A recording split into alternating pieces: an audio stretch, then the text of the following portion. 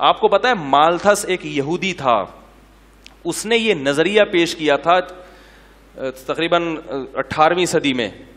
اس نے یہ کہا تھا کہ کیونکہ وہ معیشت کا ماہر تھا تو اس نے یہ نظریہ پیش کیا تھا کہ یار یہ جو آبادی اتنی اسپیڈ سے بڑھ رہی ہے نا, تو زمین سے پیداوار تو اتنی نکل نہیں رہی, اور وسائل بھی, جنگل کی لکڑیاں جو ہم آگ جلاتے ہیں سب, یہ تو تھوڑے دنوں میں کیا ہو جائے گا, ختم.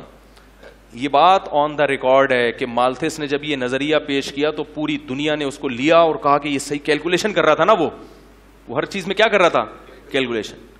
تو اس نے, ساری دنیا نے لیا, یہ ہاتھوں ہاتھ یہ نظریہ مقبول ہوا, بھائی یہ تو بہت خطرناک. بھائی اس نے کہا کہ تھوڑے دنوں بعد وقت آنے والا ہے کہ لوگ ایک دوسرے کا گوشت نوچ نوچ کے کھائیں گے.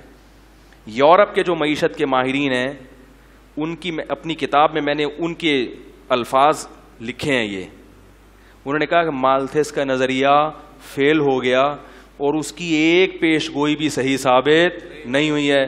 اس نے کہا تھا 100 سال بعد ایسا ہوگا, 200 سال گزر چکے ہیں مگر ایسا نہیں ہوا, بلکہ اس کے الٹ ہو گیا ہے. مالتھس کے دور میں انسان کو جس قسم کی خوراک مل رہی تھی اور غربت کا جو ریشو تھا وہ ریشو کئی گنا کم ہوا ہے, اور انسان کو اعلیٰ سطح کی خوراک میسر ہے.